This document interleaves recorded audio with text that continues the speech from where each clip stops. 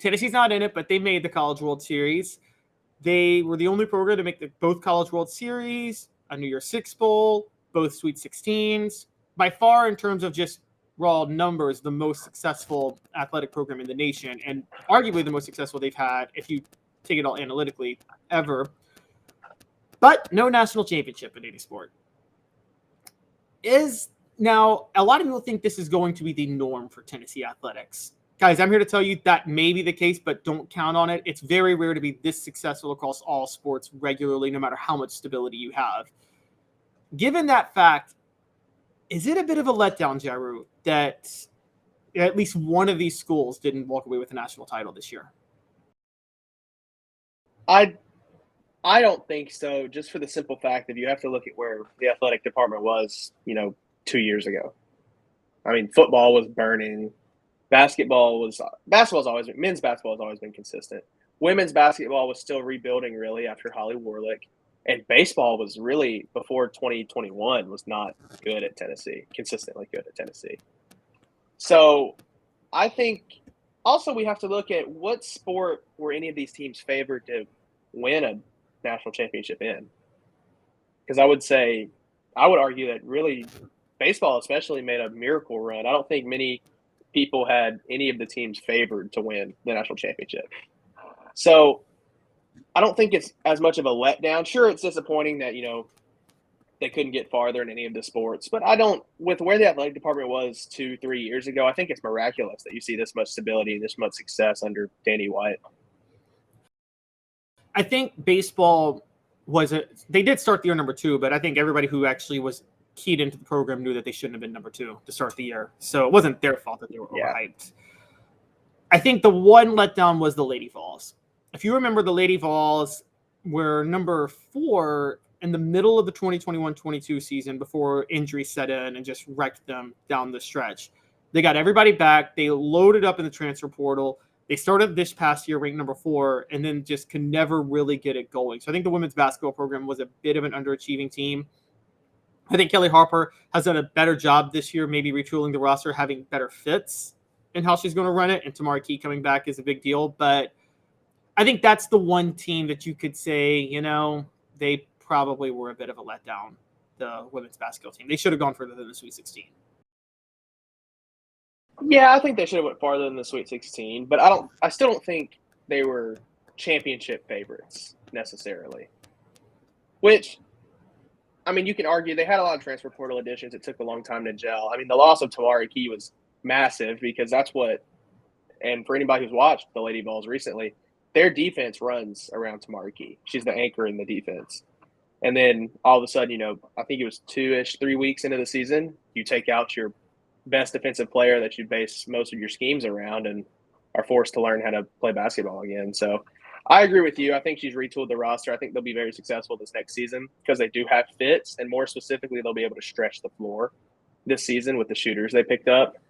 But I would say they should have went farther than the Sweet 16, yes. Championship, I don't really think so, I guess. But I get the mantra, and I've seen it on Twitter too, that people are kind of making fun of Tennessee fans, like, oh, Tennessee should hang a banner about making the Sweet 16 in both basketballs and winning in the Orange Bowl, but you didn't get any championships.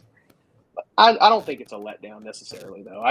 I still do think taking like the culture of Tennessee recently into consideration, then really what happened this year with athletics finally having stability is very good for the future, I would say. So the first program to win the national title among these sports will be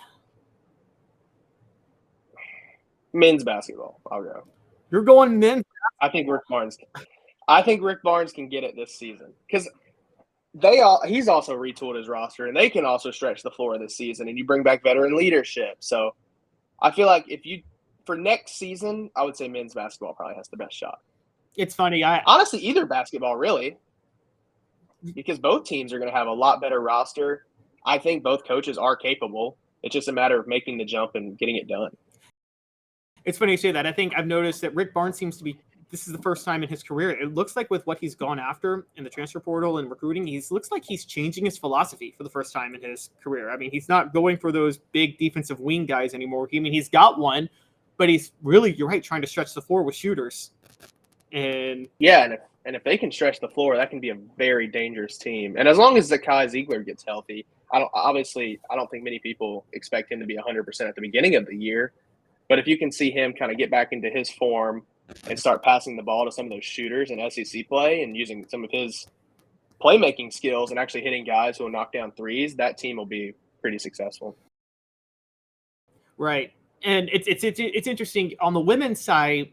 This is no knock against Jordan Horson, but I just never thought she was a fit for what Kelly Harper was trying to do. Kelly Harper likes to play inside out and stretch the floor. Those slashing guards that drive to the basket, that's not really what Kelly Harper wants in her system at all. But, she tried to tool it around Horson. I think she had a hard time over 4 years doing that. I think there were games where Jordan Horson played how Horson should play, and Tennessee had success. But then there were games where Jordan tried to be a guard a little too much. I think my thinking, and she's had success in the WNBA now, and she's going to have a good career, obviously, with her numbers she's putting up with the Seattle Storm right now. But my thinking was always Horson couldn't find that line of when to pass and when to go up for the layup. So, because, they were obviously, you could watch the games and be like, wow, if she would have kicked it out right there, that would have been a good play. Or, wow, she should have went up with that. So I think in the WNBA now, she doesn't have to worry about her playmaking as much, and she can be more of that wing-type slasher guard. And she can really kind of let herself play a little more. They had Jordan Walker was a good point guard last season, but they never really had that true Zakai Ziegler-esque guard. That was a threat to shoot, play make, or drive to the basket, which is really what I think they needed. Yep. And so you're not confident baseball can get back to the CWS next year? We talk about, so you were talking about earlier, Chase Burns in the transfer portal, right? And we got some news on that. Yeah, there's been some people who say he's gone officially, but he's not in it officially yet. But I would say that's a high possibility right now. From everything I've heard, he was very upset with the move to the bullpen halfway through the season. So he'll probably end up in the transfer portal. Where he'll end up, I have no idea. But I don't know why he was upset. Like he was so much better. He was so much better in the bullpen than he was starting. Yeah, his ERA was 11 when he was starting. So I'm not really sure and I'm sure, Tony Vitello would be dumb not to try to start him again next season. So it's not that I highly doubt Tony Vitello told Burns that he's forever a bullpen pitcher at Tennessee. That just doesn't make sense with Burns' skill set, because nobody's coming out of the bullpen with 4 pitches. Yeah. You usually have you have a fastball slider guy, not a Burns guy where he can throw 4 pitches basically for strikes. So yeah, another thing, baseball is a lot of luck based.